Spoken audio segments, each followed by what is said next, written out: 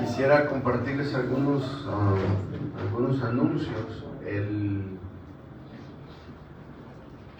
12 de mayo, que cae domingo, vamos a celebrar el Día de la Madre.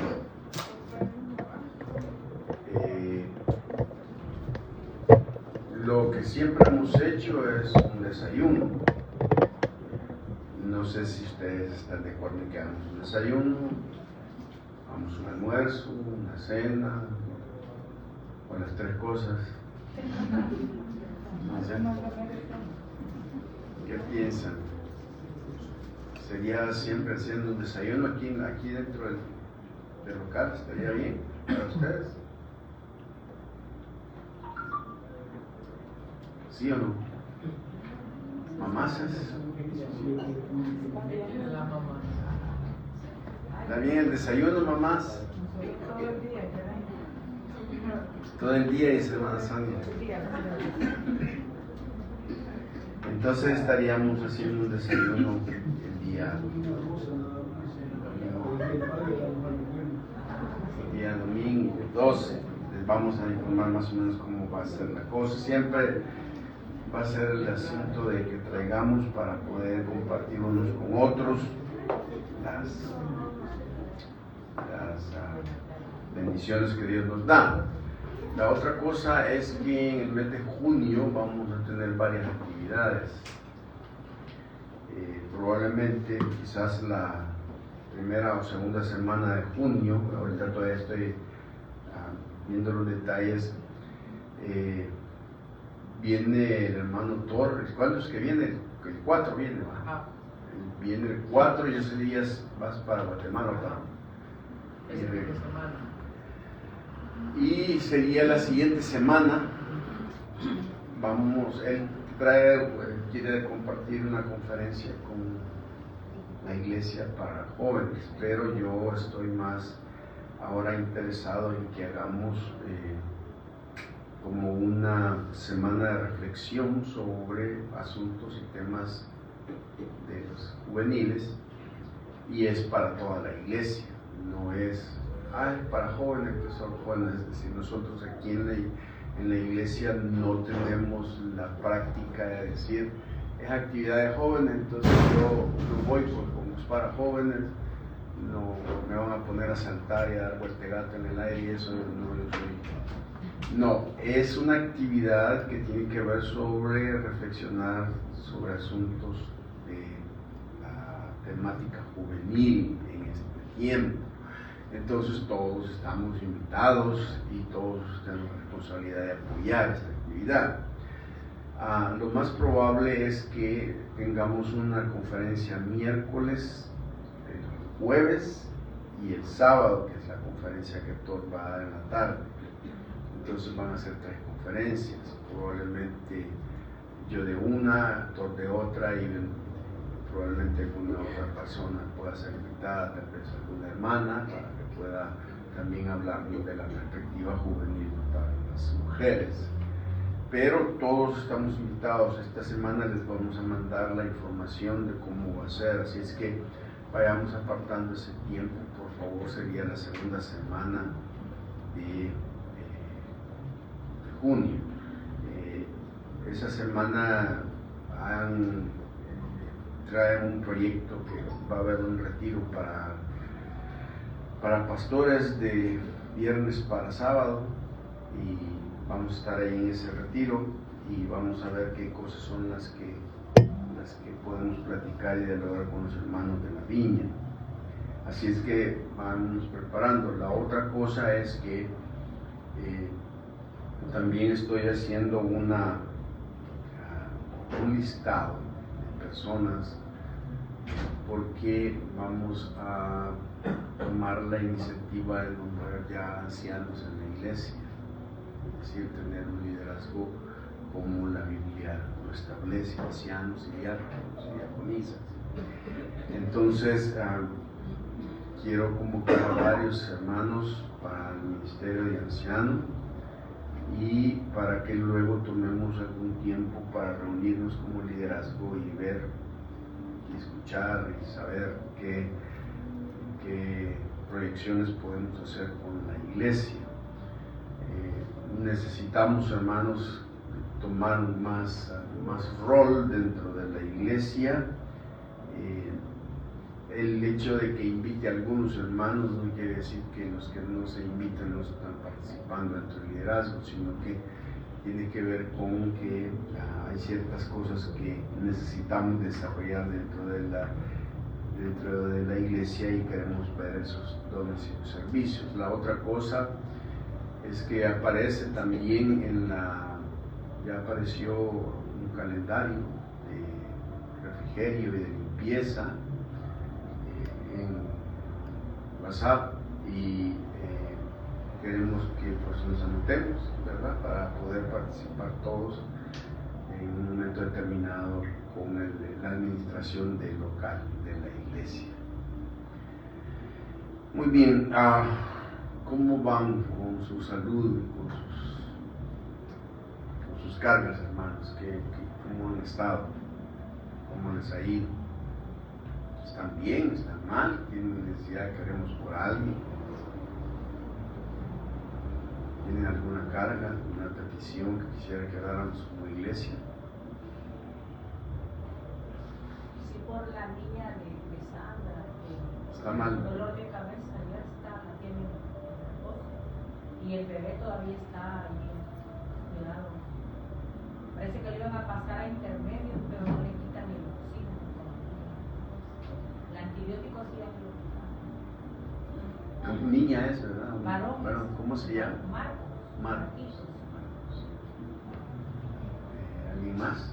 Yo siempre por Pati, hermano, que me pueda sostener, y por un primo que está ahí en el hospital Sacamil, que entiendo que todavía está entubado. Me averiguó aquel día, con pronóstico reservado, no sé si todavía se mantiene así, ¿verdad? Antier estuve hablando con la hija, me dijo que estaba recuperado todavía. Muy bien. ¿Alguien más? Y por el trabajo también de Sofi, de médico, que como que está cargado ahí, para que no se desanime. Muy bien. Bueno, vamos a orar. Padre, queremos en esta mañana interceder por la iglesia. Te pedimos tu cobertura, Señor, en esta mañana. Queremos llegar ante ti con humildad, con el deseo de que tú nos ministres. Y Señor, tú escuchas las cargas, las dolencias de tu pueblo, Señor, algunas expresadas y otras no expresadas, pero sabemos en el Espíritu que están ahí, Señor. Señor, en esta mañana queremos pedirte por Pati, nuestra hermana Sonia, Señor, en el nombre de Jesús. Estamos confiando que tú la vas a sanar, Señor, que tú vas a hacer la obra de sanidad en su vida, Señor. En nombre de Jesús enviamos una palabra de sanidad a sus células, a su cuerpo, a su sangre, a sus huesos, a sus músculos, a su mente, a su corazón y sobre todo a su ánimo, Señor. Que ella pueda comprender, Señor, que tú estás ahí caminando con ella, Señor. También oramos por este primo de Hermana Sonia, Señor, que le ayudes también allí en el hospital, Señor, con tantas necesidades, Señor. Esos hospitales están llenos de enfermos, de gente pobre, de necesitados, y tantos médicos cargados, con muchas cargas, con muchas obligaciones, expuestos a la crítica, expuestos a ser juzgados injustamente, Señor, expuestos a ser maltratados también por sus jefes, Señor. En el nombre de Jesús queremos enviar una bendición para todos los médicos, Señor, y también por Sofía allá en Rosario de Mora, Señor, que le ayudes a la carga que él tiene, Señor, que ella tiene ahí, Señor, como salud, como unidad de salud, Señor, que tú puedas ministrar. Señor, también quiero en esta mañana orar por Marcos, Señor, que está pues iniciando su vida con dificultad, Señor. Queremos pedirte que tú restaures todo su organismo y que le puedas sacar adelante, Señor, que su madre Verónica también, Señor, pueda tener una recuperación pronto, Señor. Oramos por la hermana Sandra, por su cabeza, Señor, por su dolor de cabeza, por el estrés que pueda estar pasando, que tú la cuides, que le des paz y tranquilidad, Señor. Señor, también esta mañana quiero orar por Tere, por Raquel, Señor, también que tú le ayudes en su salud. En el nombre de Jesús, Señor, oramos por su cuerpo, por su constitución, y Padre, también tú puedes restaurar cada una de sus partes del cuerpo. En el nombre de Jesús oramos, Señor, que tú las bendigas y que puedas bendecir su cuerpo. Señor, queremos una palabra de sanidad para la vida de Raquel, Señor, que el médico por excelencia pueda mostrarse, Señor, en la vida de ella. Señor, ahora permite que podamos hablar de tu palabra en el poder del Espíritu y no en una idea racional, Señor, con una manifestación, la aval de tu unción, de tu poder. Queremos pedirte que nos ayudes a entender la palabra, a experimentarla, Señor, a poderla obedecer. En el nombre de Jesús oramos. Amén.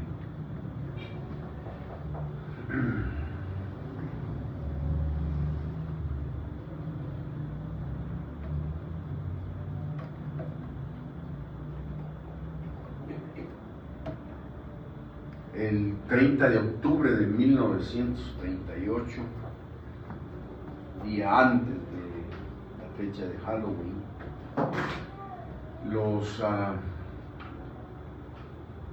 las personas se vieron sorprendidas por una transmisión por radio, que era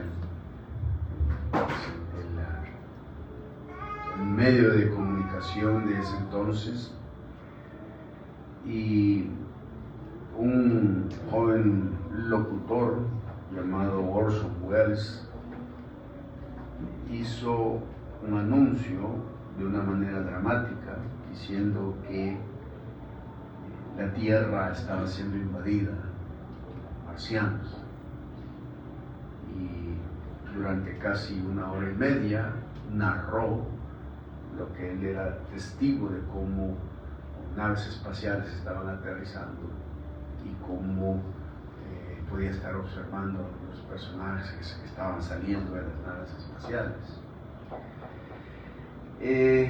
Para él era un truco para que la gente se sintonizara para los próximos capítulos que iba a hacer en el programa radiofónico, iba a narrar la historia de la Guerra de los Mundos.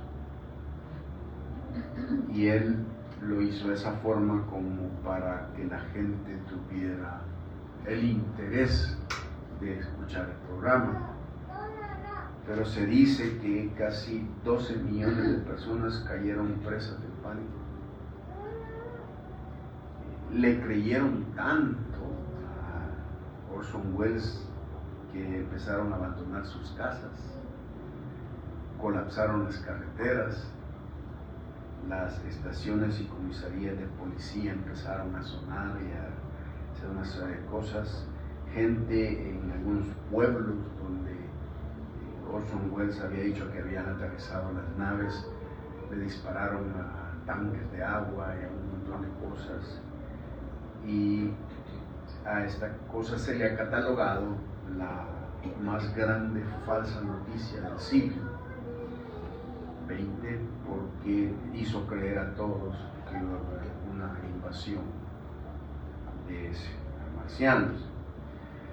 Luego tuvo que llegar la policía, donde él estaba transmitiendo para callarlo, para que aclarara que era sencillamente una propaganda para su programa. Pero todo el mundo cuentan los que vivieron esa época que fue algo de terror. Y la pregunta que se hizo Orson Welles fue cómo la gente puede creer algo tan fácilmente, que no tienen el discernimiento de que quién está diciendo la verdad y quién está diciendo la mentira.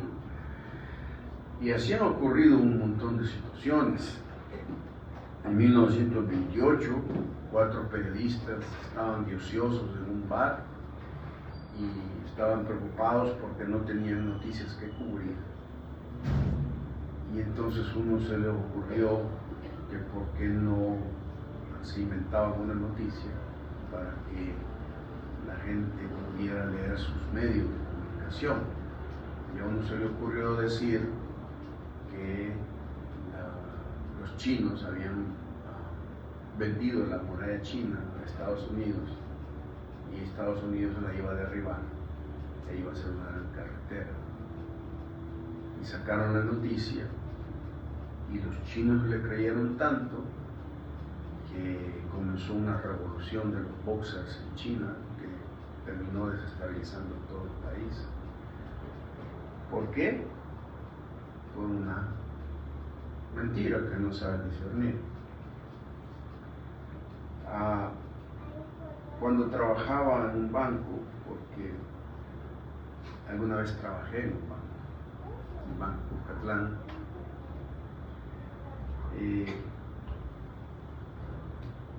siempre nos entrenaban para poder conocer los billetes falsos y nos dijeron que nos iban a dar una capacitación para conocer los billetes falsos o para saber cuál era un billete falso y cuál era un billete verdadero.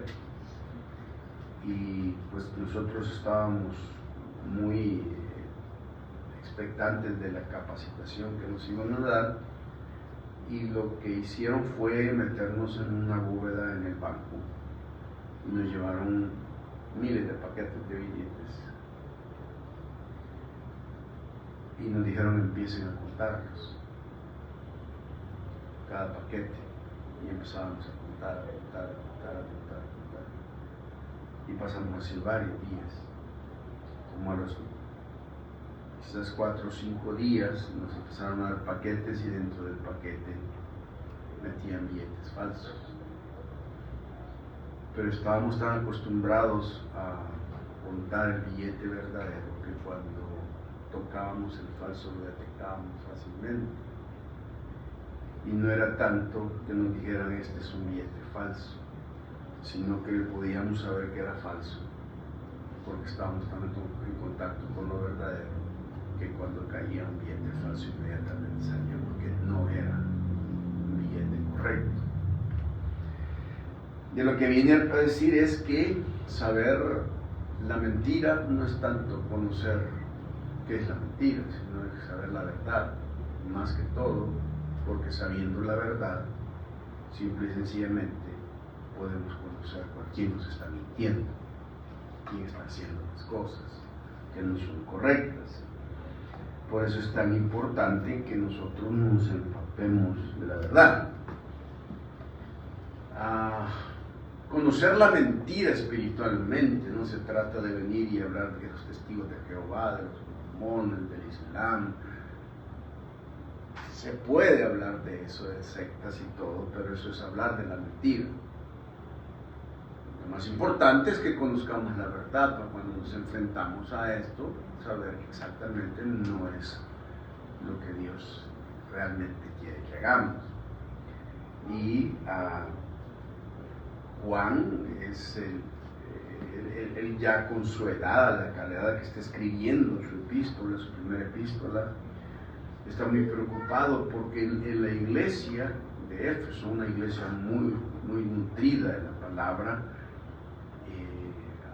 la gente está escuchando cosas y está aceptando a personas que simple y sencillamente le están enseñando cosas que no son de Dios. Y Juan está preocupado porque ve que su gente no tiene discernimiento espiritual de la verdad y está dejando engañarse por la mentira. Y nosotros en este tiempo que vivimos estamos muy dados a estar expuestos a mucha mentira, muchas cosas falsas. Y como cristianos debemos saber que siempre hay una lucha espiritual entre la verdad y la mentira. Porque el enemigo es lo que él quiere hacer, meternos a nosotros la mentira, hacer las cosas. Y la mentira puede tener, la mentira puede tener ciertos matices, ciertas cosas. Se puede simular la verdad, ¿verdad? Se puede disimular el error. Y también se puede falsificar la verdad. Son tres cosas bien interesantes, porque puede hacer de que uno esté simulando la verdad, es decir, no haciendo genuino en su corazón, sino que simplemente simula que conoce algunos aspectos de la verdad. Otros pueden disimular la mentira, es decir, simple y sencillamente tiene una connotación, pero está haciendo cosas que se nos meten. Y si ustedes verán, en nuestro medio hoy hay muchos predicadores y muchas personas que por los medios y por todos los lados están hablando sobre cosas que mucha gente está creyendo, y no solamente le está creyendo, sino que está queriendo poner en práctica y no está funcionando, porque lo que están creyendo no es cierto, no es verdad, no es la verdad, sino que es una mentira, es algo que está siendo falseado.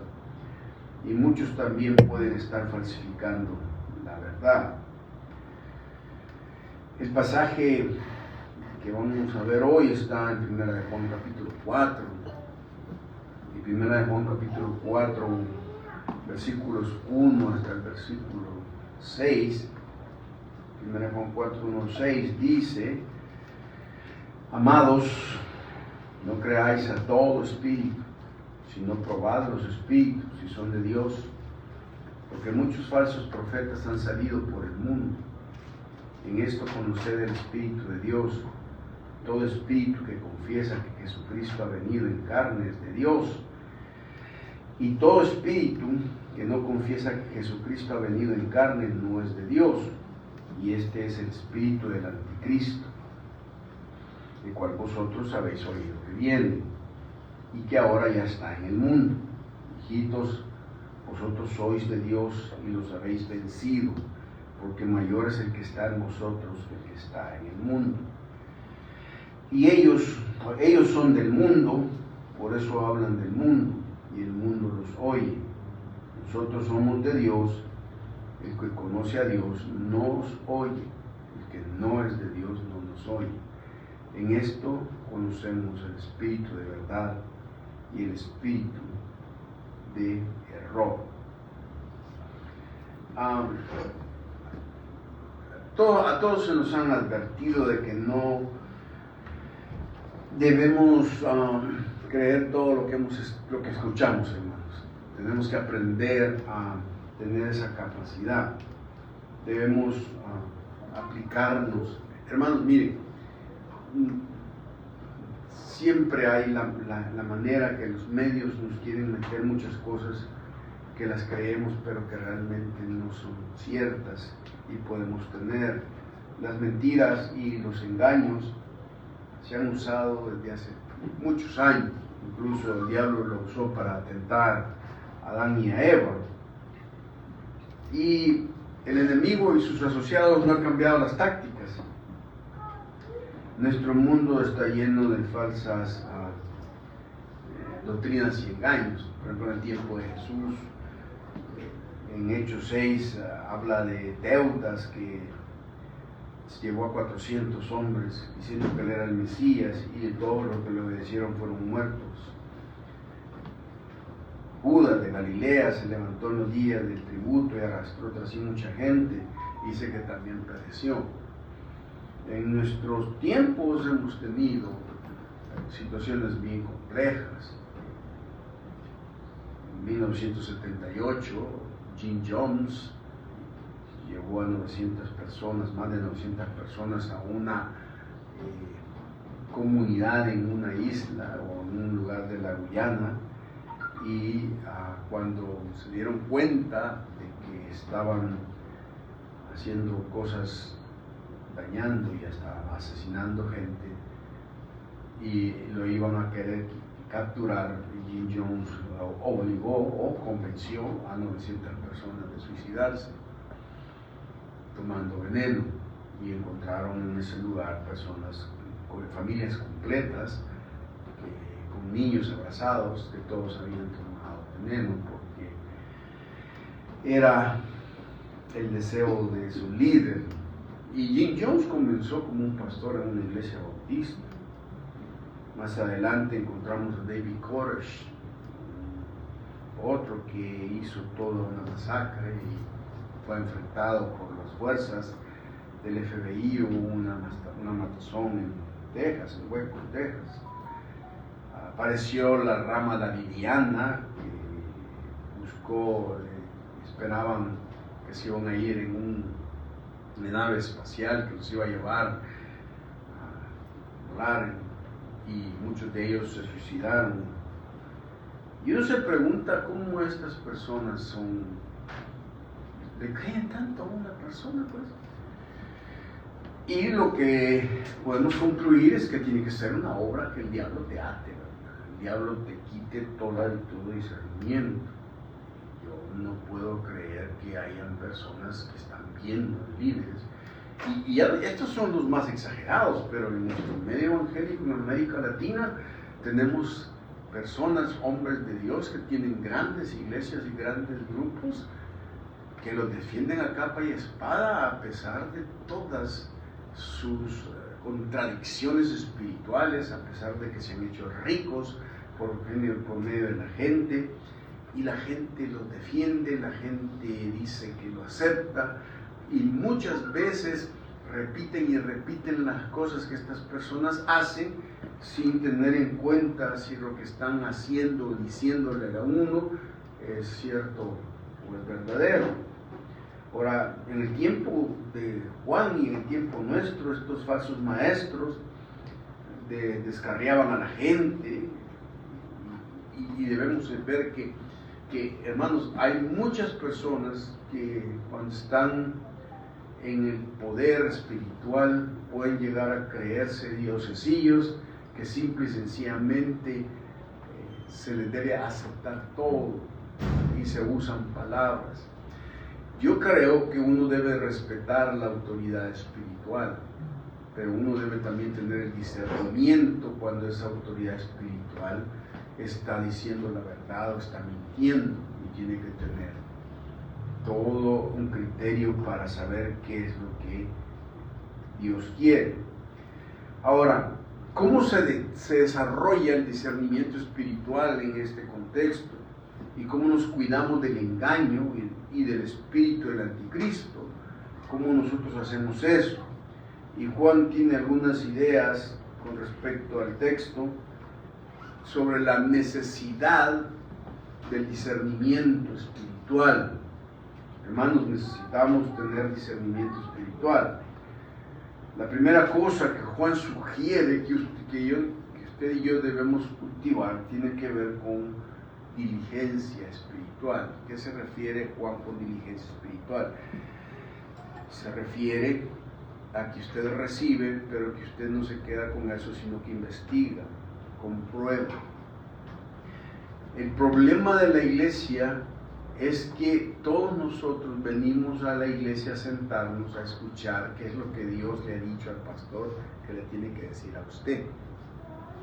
Y esa es la metodología del crecimiento de uno.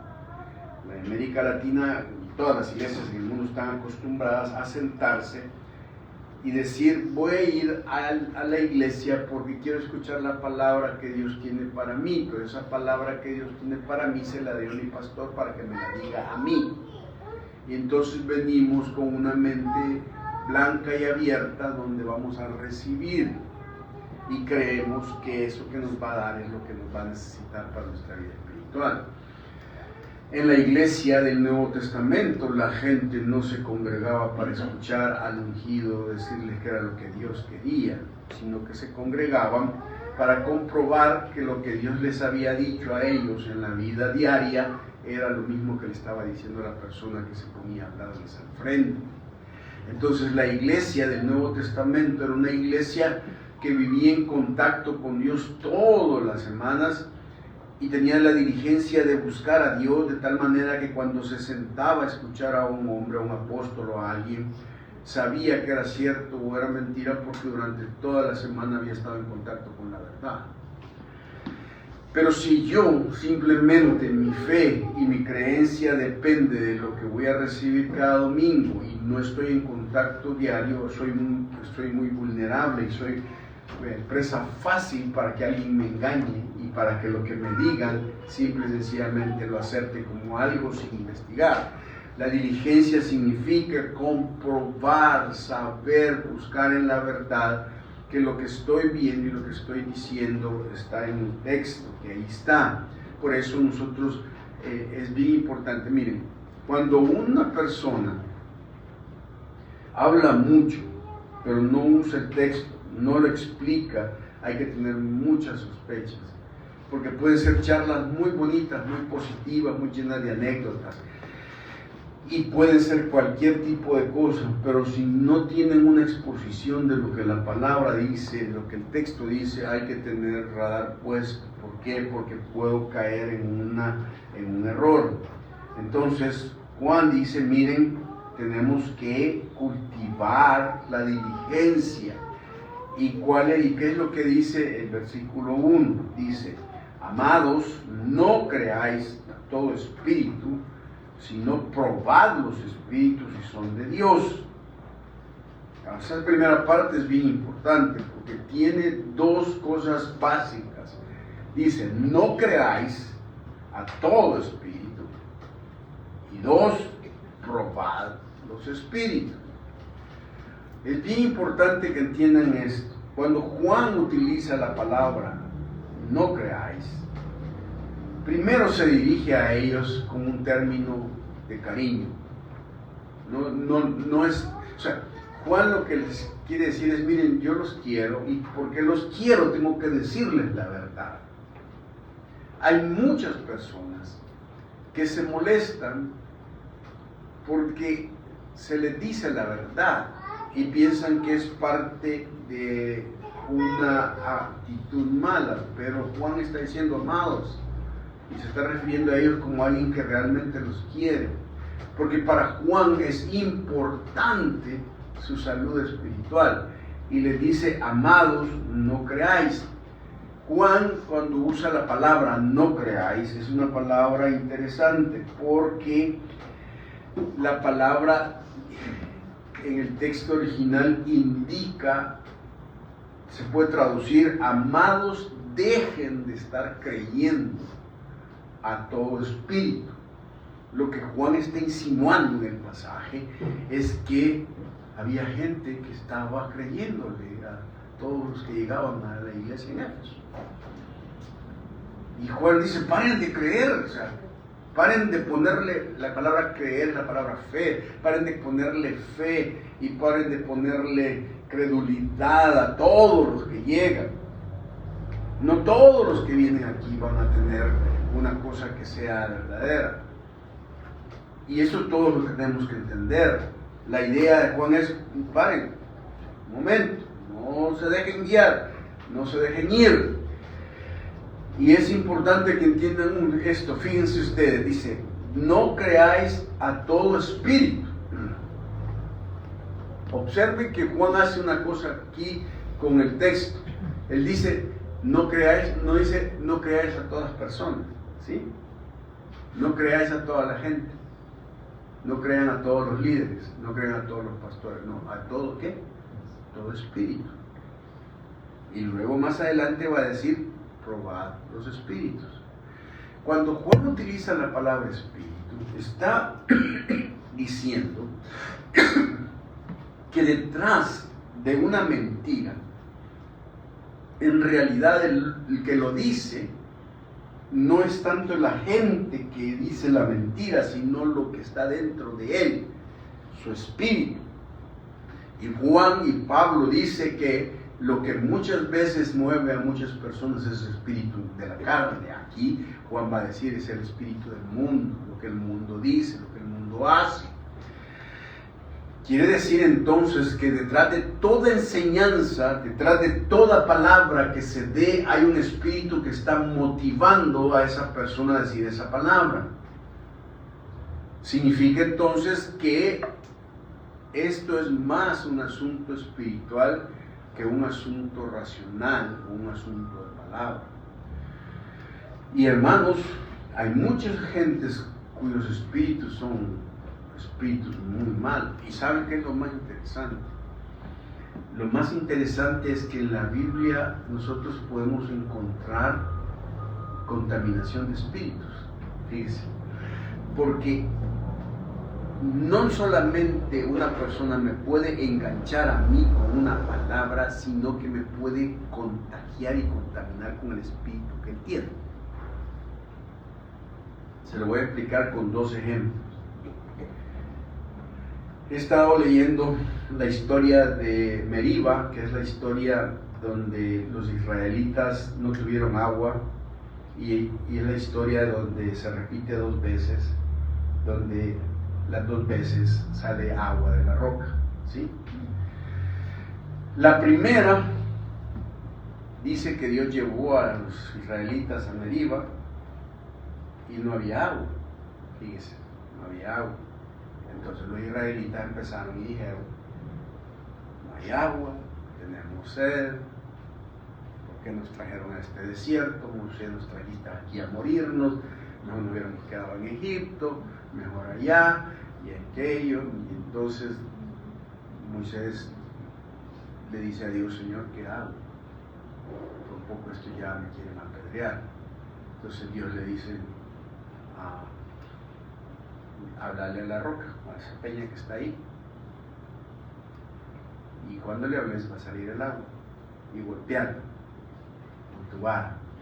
Y viene y Moisés le habla y le golpea con tu vara, con una vara, y sale abundante agua, y la gente toma agua. Y ustedes ven ahí, después de que toman agua, no hay ninguno de los que están ahí que diga gracias, Moisés, por darnos agua. No existe. No se acercan los líderes a decirle gracias, Moisés, porque nos ayudaste. No, simplemente danos. Y dame, y es lo que necesitamos. Dios nos trajo aquí para matarnos, dicen. Eran tan inteligentes esa generación que descubrió el plan de Dios. Ese plan de Dios era sacarlos de Egipto para matarnos. Y eso es lo que hace cuando estamos desesperados, ¿verdad? Pensamos en que nosotros sabemos cuál es el plan de Dios. Y saben que lo más interesante, que el tema del agua con los israelitas que llegan a Meriba ya no era un tema desconocido. Se habían enfrentado al agua del mar, se habían enfrentado a las aguas de Elín, se habían enfrentado a las aguas de Mara, y ahora no tienen agua y resulta que se les olvida todo lo que tiene que ver que Dios ha hecho con el agua. Ok. Pasan los años, Dios se enoja y se les endurece el corazón. Dios dice, estos no van a entrar. Y luego pasan los años y aparece la nueva generación, la que va a entrar. Y llegan al mismo lugar. Pero esta generación llega al mismo lugar y no hay agua, otra vez. ¿Y qué hace esa nueva generación? Se empiezan a enojarse. No hay agua. Y hacen exactamente, repiten lo mismo que sus padres. No sé qué les enseñaron sus padres a estos hijos, pero ellos empiezan a decir, no hay agua, era mejor estar en Egipto. O sea, 40 años después repiten los mismos patrones de los papás.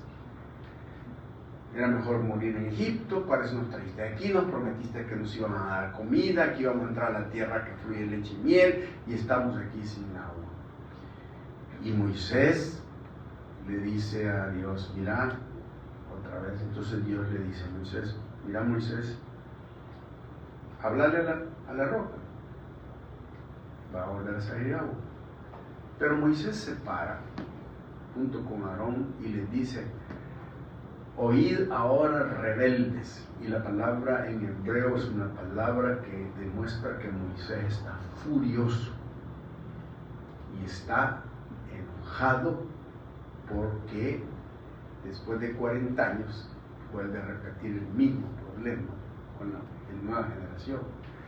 Y viene Moisés de enojado, golpea la piedra y le da fuerte. Ahora Dios es bueno, fíjense hermanos, porque Moisés está desobedeciendo a Dios. Si Dios fuera como nosotros, bien puede haber dicho, estás de bravo, ¿no? Pues no, que no te voy a hacer quedar mal, que no salga agua, ¿va? Un payaso. Pero ¿qué hace? Sale el agua, a pesar de que Moisés no está haciendo lo que Dios. Pero ¿qué hace Dios? Dios lo llama y le dice, mira, vos y Aarón, por lo que acaban de ser, no van a entrar en la tierra prometida. ¿Por qué? Porque el espíritu de amargura y de enojo que tiene ese pueblo se te pasó a vos. Lo que viene a demostrar es que el espíritu se contamina, dice. Hay transmisión de espíritu.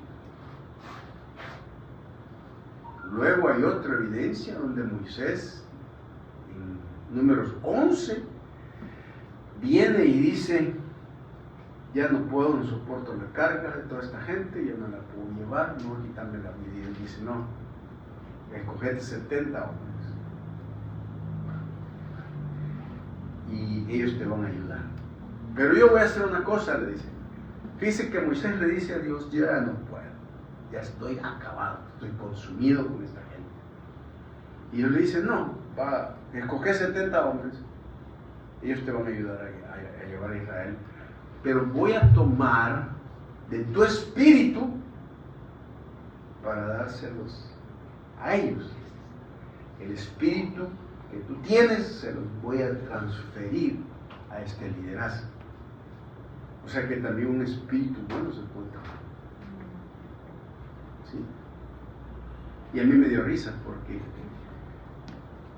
Dios le está diciendo a Moisés, decís que estás acabado, yo todavía puedo sacarme el espíritu de vos para empezar a hacerlo a otro.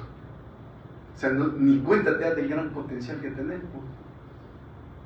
Entonces, cuando Juan dice, no le crean a todo espíritu y prueben los espíritus.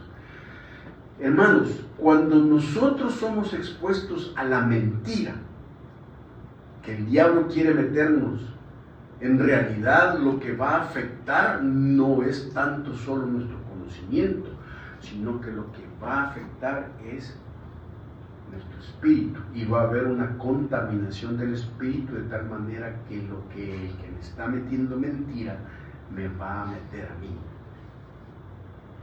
Y yo conozco muchas de esas cosas. He conocido iglesias donde un montón de pastores de esas iglesias, todos son mujeriegos y adúlteros, porque así se contaminó durante todo ese tiempo. Se les transmitió el espíritu. Otros son pisteros, o sea, solo buscan la bendición, la prosperidad, y usted va a ver que va a decirle a las personas esto, aquello y lo otro, y la gente empieza en su espíritu a decir, yo voy a buscar esto y lo otro, y se contamina con su espíritu. Hermanos, uno de los problemas de los pecados, por ejemplo, sexuales, tienen que ver también con la contaminación de nuestro espíritu. No solamente se contamina nuestra mente, sino que se contamina todo nuestro espíritu. Entonces Juan dice, cuidado con la mentira y no la disciernen, porque simple y sencillamente van a tener problemas espirituales serios en sus vidas. Y si la llegan a creer, entonces van a tener una contaminación del espíritu. Y por eso dice, probad a los espíritus si son de Dios. ¿Cómo? La palabra probar es la palabra que se utiliza para, en la joyería para probar por fuego el oro. Se somete a una gran temperatura y cuando se derrite las impurezas quedan arriba y pueden sacar para que sea ¿cómo se llama? El oro puro. Entonces Juan dice, miren, tomen mecanismos que hagan que la palabra que se les da, que se les enseña, sea tan metida sobre el Espíritu de Dios que pueda ver si hay impurezas que deben sacar.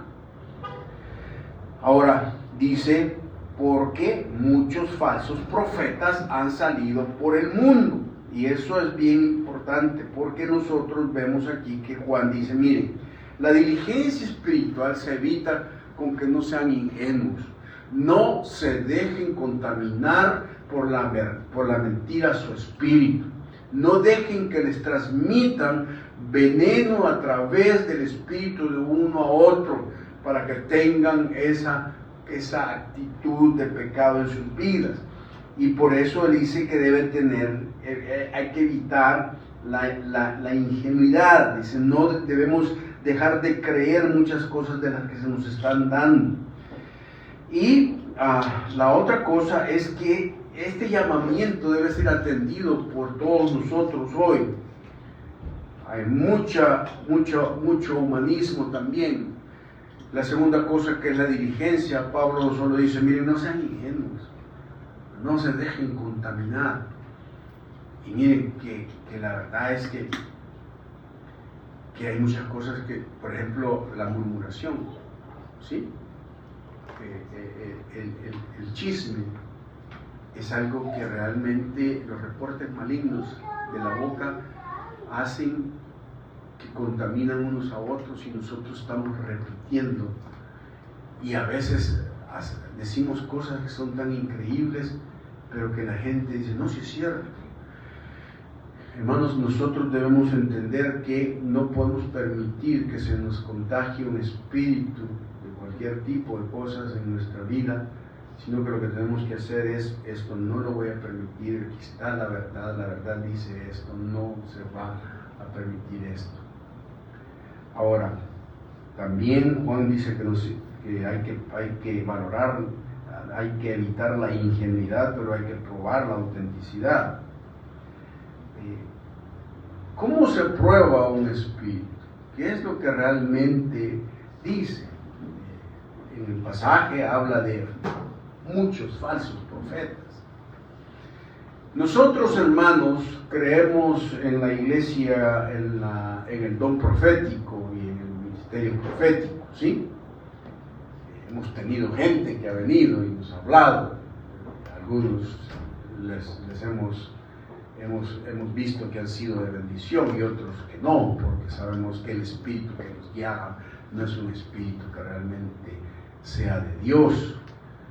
Pero por eso, porque una persona sea profeta y que se atribuya que Dios está hablando, debemos valorar eso. Y si nosotros, hermanos, tenemos esos dones o tenemos esas habilidades proféticas, debemos entender que quien debe decir lo que debemos decir tiene que ser Dios, no nuestra propia carnalidad. Y muchas veces la falsa profecía hace que muchas personas caigan en redes de personas. Por ejemplo, una de las cosas bien importantes que deben entender, hermanos, es que cuando alguien les da a ustedes una palabra profética, jamás se las va a dar a ustedes en el vacío, sino que Dios tiene que estar trabajando en sus vidas de tal manera que esa palabra que esa persona venga a darle mayor orientación y confirmación. Pero nunca va a ser algo que Él venga a decirme esto dice Dios y tienes que hacerlo. No se crean que alguien les diga, mira, Dios me ha dicho que tienes que casarte conmigo, cuando no le he dicho a usted nada. Nada, pues tienes que darme tu casa, ustedes tienes que darme esto, porque Dios quiere que sembres. Hermanos, jamás. Ustedes tienen que entender que cuando Dios manda una verdadera palabra profética, Dios tiene que haber estado trabajando en ustedes. Y por otro lado, fíjense esto, cuando Dios mandaba una palabra profética, no toda la palabra profética tenía que ser dicha a la persona.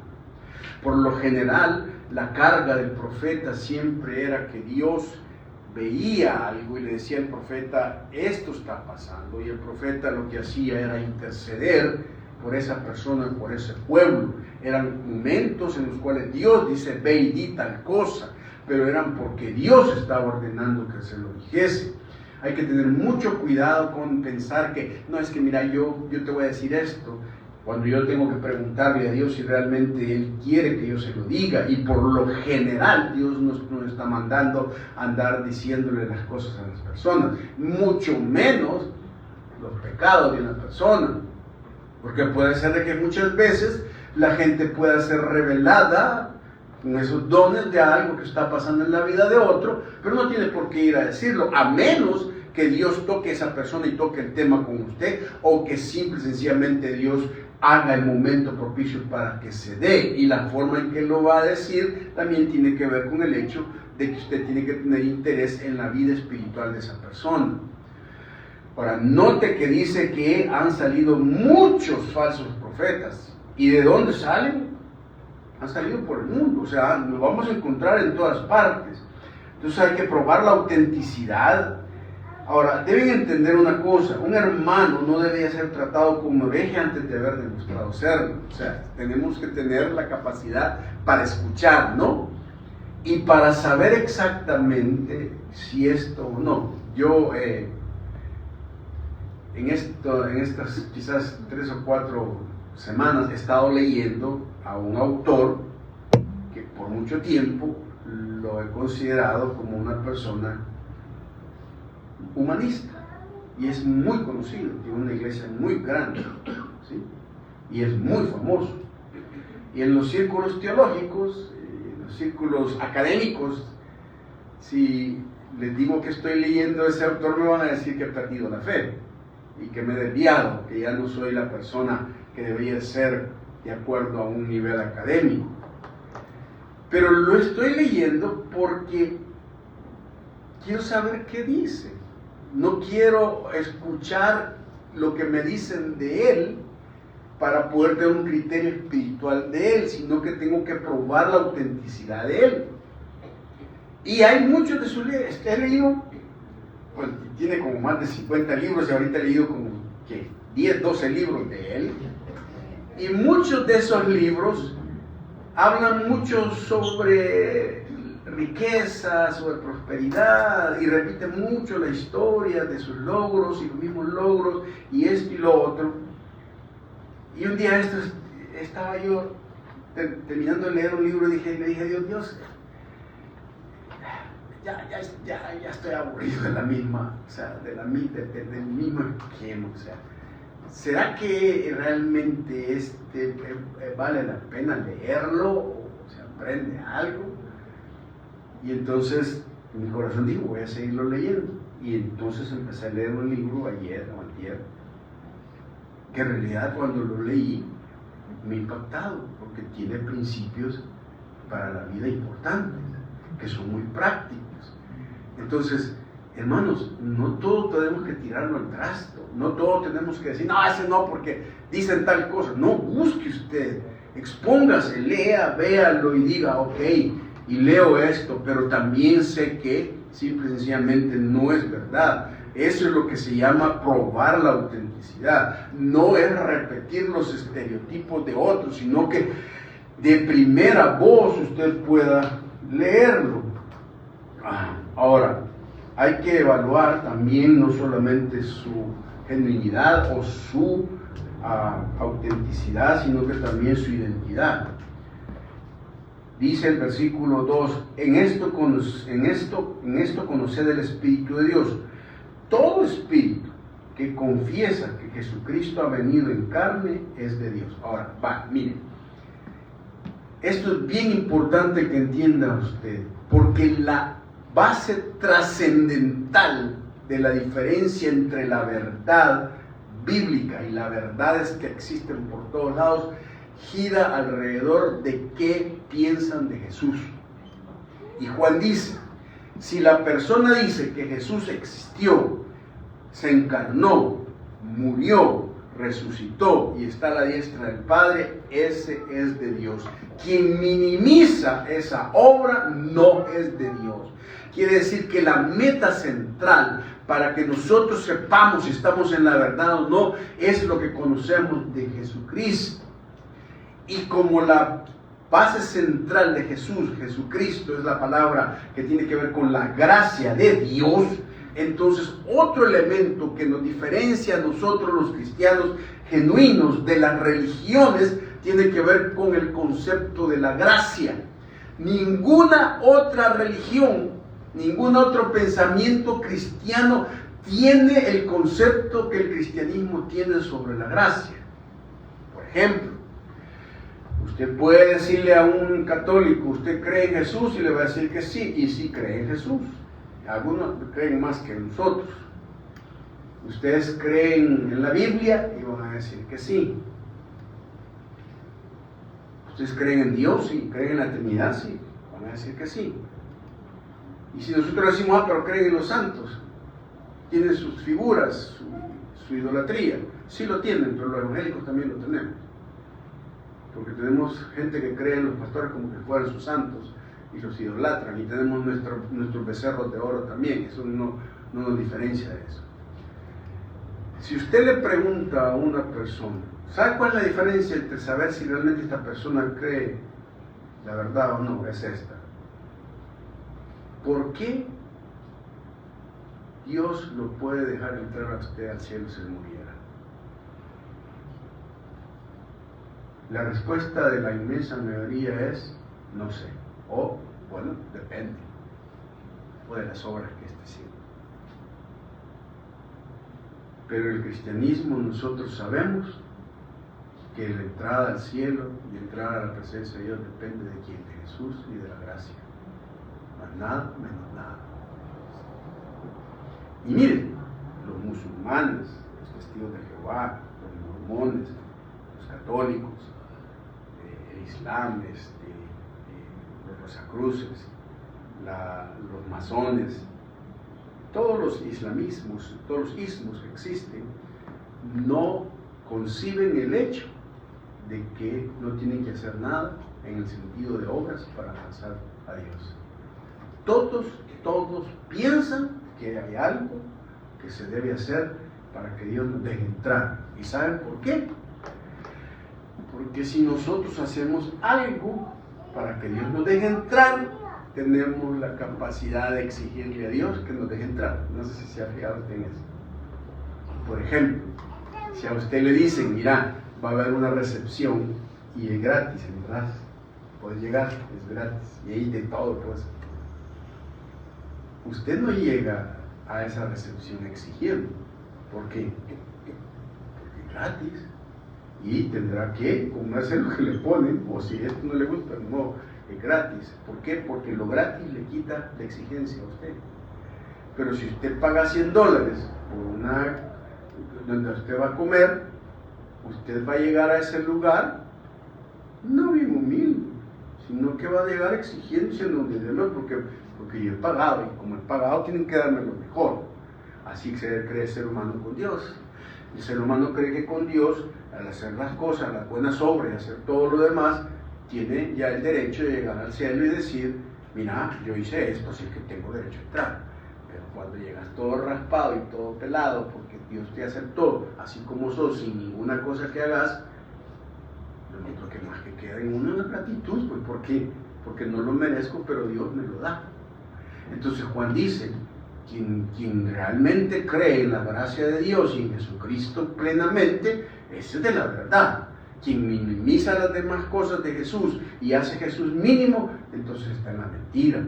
Y por eso es tan importante, hermanos, el seguimiento de Jesucristo, de que conozcamos más a Jesús, de que veamos cómo es Él, cuál es su método, cuál es su mentalidad. Por eso la Biblia habla de que tengamos la mentalidad de Cristo, la mente de Cristo. Por eso Pablo dice, ya no vivo yo, mas Cristo vive en mí. Significa que la esencia de nuestro cristianismo es Jesucristo. Y su resurrección no es otra cosa, no son los dones, no es la doctrina, no son temas periféricos. Y la mayoría de veces las iglesias y la gente se pelea por temas periféricos que no tienen nada que ver. Imagínense ustedes que estaba leyendo una noticia y sí le verifiqué que es cierta, porque todo lo que sale en internet no necesariamente tiene que ser verdad. Que en una iglesia de los Estados Unidos, el pastor de jóvenes con su esposa y su niño se tomaron una foto en la piscina. Están metidos en las piscinas y solo se les ve esta parte de aquí. La iglesia los despidió y los disciplinó porque se andaban exhibiendo en el mundo. Se pueden ustedes imaginar en el siglo XXI.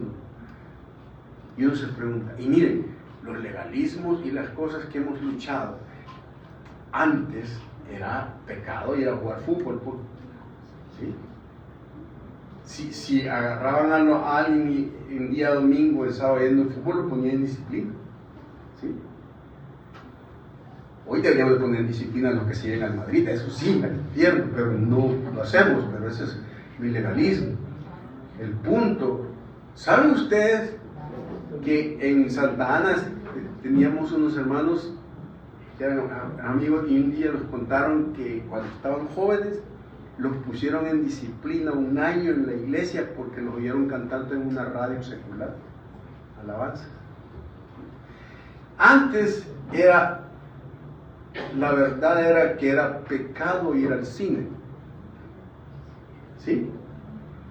Y el versículo que utilizaban en aquel entonces en la antigüedad era que no debíamos sentarnos en silla de escarnecedores. ¿En serio? Si te veían entrando al cine, te ponían en disciplina. Yo no soy tan viejo para el tiempo, pero me contaron otros. Y lo ponían en disciplina por ir al cine. Luego vinieron las ¿cómo se llama? Las VHS, los Betamax y todo eso, y el cine se nos entró en la casa. Y ya la gente no dijo nada, porque ahora no te podían sacar de la casa porque el cine había llegado ahí. ¿Y ahora qué? ¿Cuál es el pecado? Bueno, y ahora todo lo que estamos viendo en las redes. El hermano Gigi Ávila, un hermano evangelista, ¿recuerdan ustedes? Mi hermano que predicó hasta los 90 y pico de años, un hombre muy dinámico.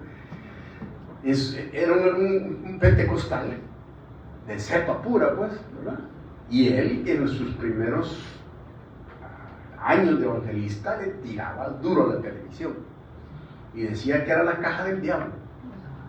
Esos que se quedan en la caja del diablo, y así eran sus prédicas. Le tiraba la caja del diablo. Y un día, de repente le dicen al hermano Gigi, mira, ¿y por qué no hacemos un programa de televisión? Y viene y empieza a salir en la televisión en sus predicaciones y todo lo demás. Entonces un día un periodista, de esos que son así medio ácidos, llega donde él y le dice, hermano Gigi, le dice, ajá, así lo entrevistó en medio de toda la gente. Veo que ya tiene su programa de televisión. Sí, le dice. ¿Y qué pasó con la caja del diablo? Pues? ¿No tiene usted problema con la caja del diablo ahora? Y el viejito solo se puso y le dijo, no, el problema no tiene el diablo porque ya me le metí a la caja. Bueno, esa pasa, porque los legalismos así son. ¿Cuántas cosas perdemos el tiempo en asuntos de vestimenta? De que las mujeres deben sentarse a un lado, taparse, no usar pantalones, que esto, que lo otro, que aquello. ¿Qué cosas las que hemos venido y qué pasó? ¿Cómo ha ido pasando todo esto? Bueno, todavía hay iglesias aquí, iglesias grandes, que no le permiten que las hermanas se pinten, pues. ¿Sí? Yo fui profesor de una de esas iglesias, que venían 200 y pico de pastores, y en esas iglesias es pecado que el hombre use barba. ¿Sí? Y recuerdo que tenía todos esos pastores dándoles clase en una universidad, y cuando yo llego con barba, todos empezaron con la y yo estaba dando la clase y digo, ministro, ¿qué les pasa? Y los paré, le digo, ¿y qué les pasa? O sea, ¿cuál es el problema? Me contaron de eso. Y pegué una arrastrada, que cuando ya se graduaron muchos, me dijeron, mira, a nosotros nos habían dado gancho. Porque en realidad, cuando vemos la palabra, simple y sencillamente, estamos locos, pues, porque esto no está ahí. ¿Y cuántas cosas? He conocido gente que le han dicho que para que haya buenas cosas hay que echarle sal alrededor, porque hay que ungir. Sí, con sal. He conocido hermanos que su carro, echarle sal. Ya solo falta que el pastor se ponga un volador rojo aquí para que no le hagan mal de ojo, pues.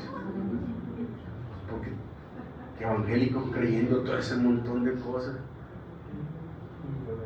Cuando nació mi hijo tenía lo que se llama el pujo. ¿Les ha pasado a alguno de ustedes que les da pujo?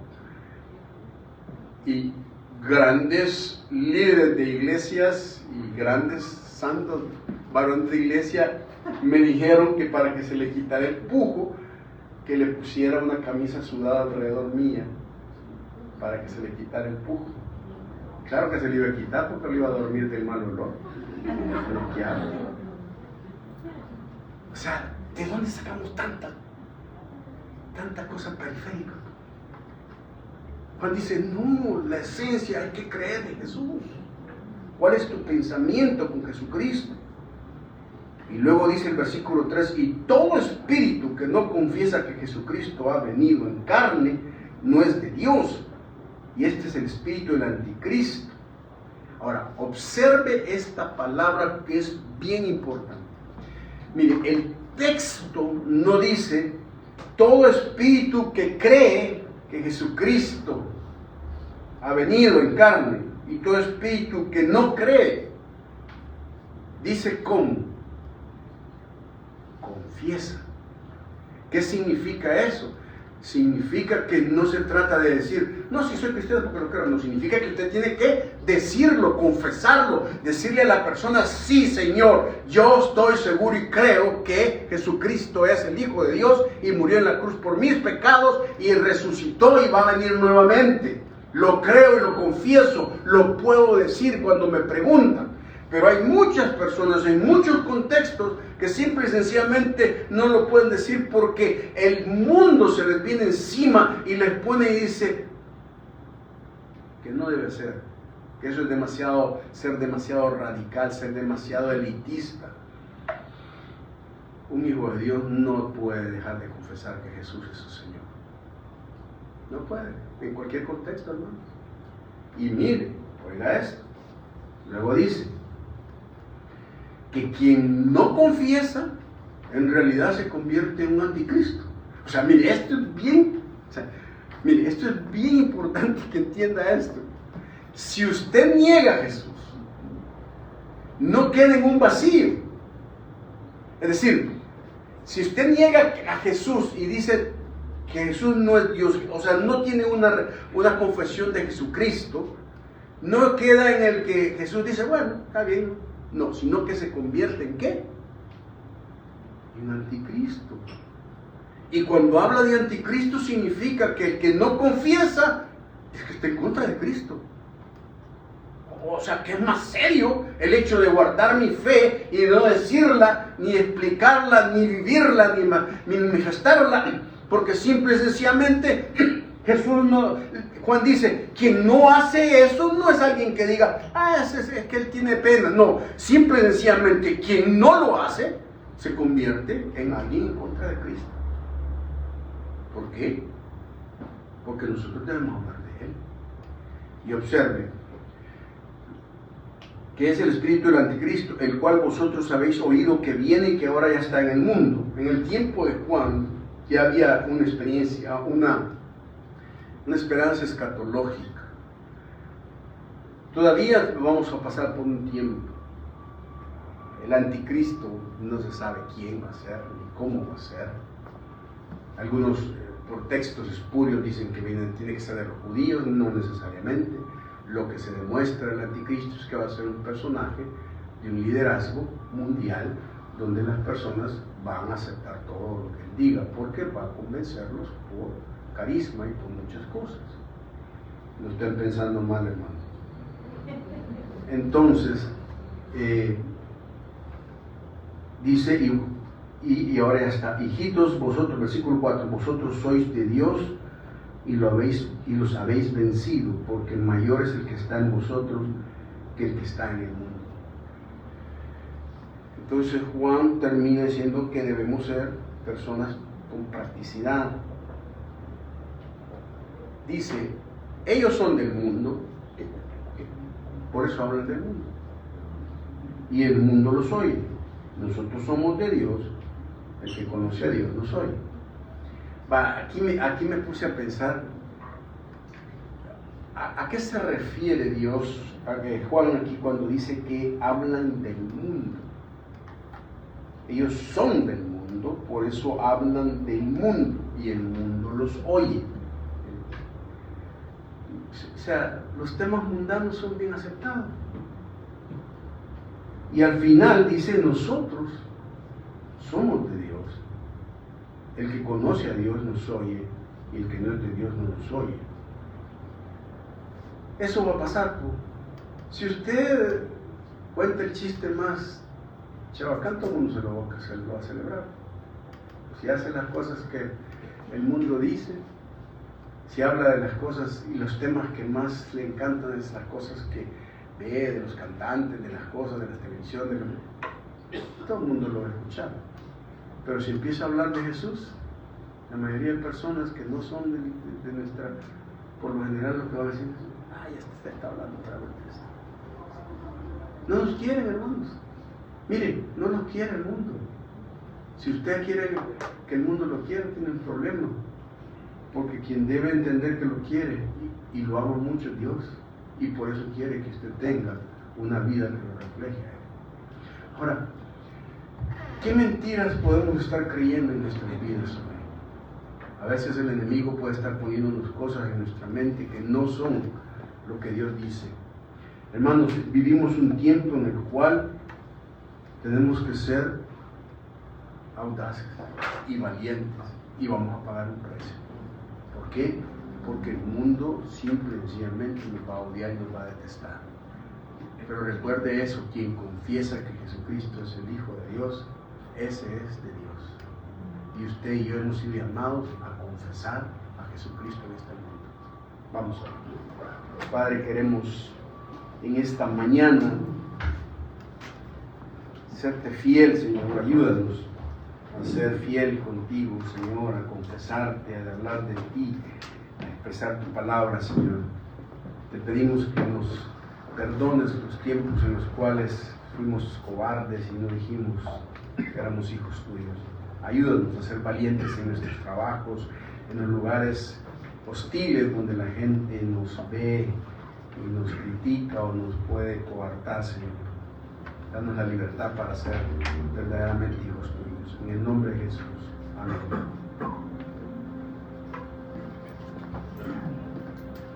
Bueno, hermanos, vamos a pasar a nuestro tiempo. Vamos a orar por medio de nuestras ofrendas, así que oremos por las ofrendas. Gracias, Señor, por tu palabra, Padre. Gracias porque podemos estar seguros que en Jesús estamos en la verdad, Señor, y que podemos compartir de ella. Padre, te quiero pedir que bendigas las ofrendas, Señor, que podamos dar y ofrendar con alegría, Señor, con buen corazón. Señor, que nos proveas, Señor, que bendigas a la iglesia para que podamos ir bendiciendo nosotros a otros y así sucesivamente, Padre. Bendice estas ofrendas, Señor Jesús, bendice los que ofrendan, Padre, y ayúdanos a utilizar este dinero, estos recursos, Señor, guiarnos y mostrarnos de qué manera usarlos. En tu santo nombre oramos. Bueno, hermanos, los invito a que nos pongamos en pie y que adoremos antes de retirarnos.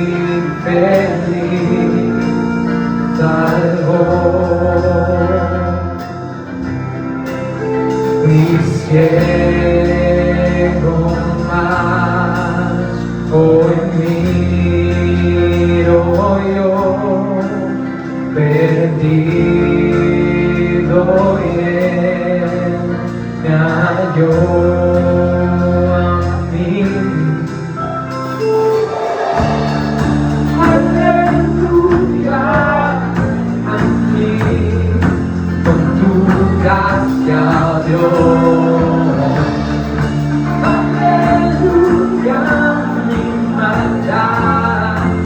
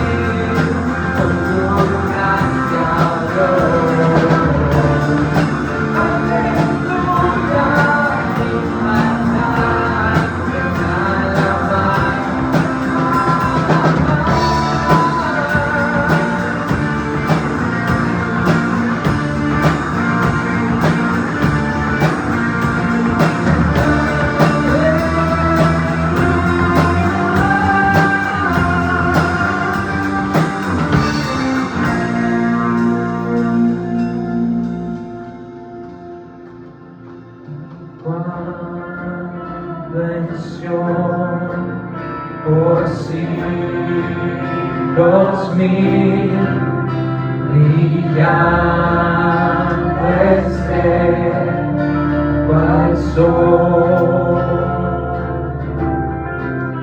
Yo cantaré por siempre ahí su amor que me salvó.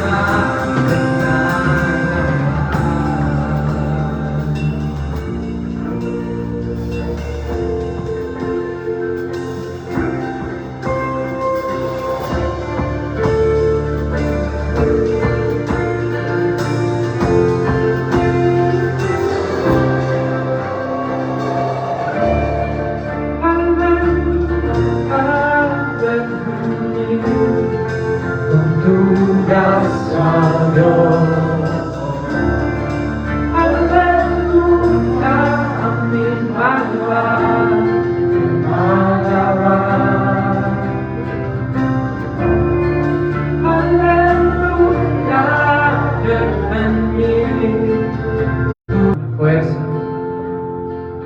para declararlo, Señor, para no tener miedo, para no tener dudas. Jesús, que podamos ser la luz del mundo, la sal de esta tierra. Padre, te amamos, te bendecimos. Jesús, en tu santo nombre oramos. Amén y amén. Bueno, hermanos, bendiciones. Nos vemos el próximo domingo. Recuerden que los miércoles tenemos el estudio aquí a las 7 de la noche y de ahí las reuniones de mujeres siempre en línea. Bendiciones.